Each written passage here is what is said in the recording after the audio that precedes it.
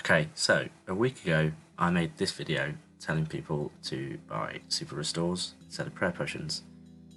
This video did quite well and the 10k views meant I was able to eat this week, so thank you.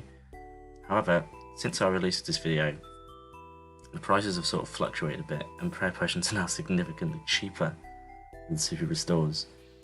Now obviously super restores still give you the extra +4 per potion, but at the time I'm recording this, a super restore potion is worth 11,303 and a prayer potion is 10,860, and that extra cost obviously not worth it.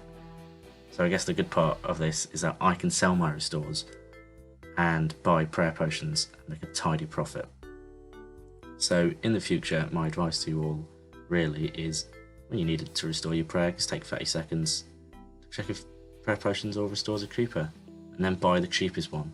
And if you have a stash of the higher price ones, sell them and then buy the cheaper ones. And then you can sit at your computer and roleplay very briefly as a master flipper, just like I have for the last 2 hours.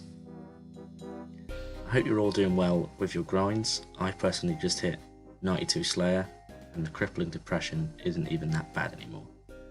Thank you all for watching. See you in the next video. Bye bye.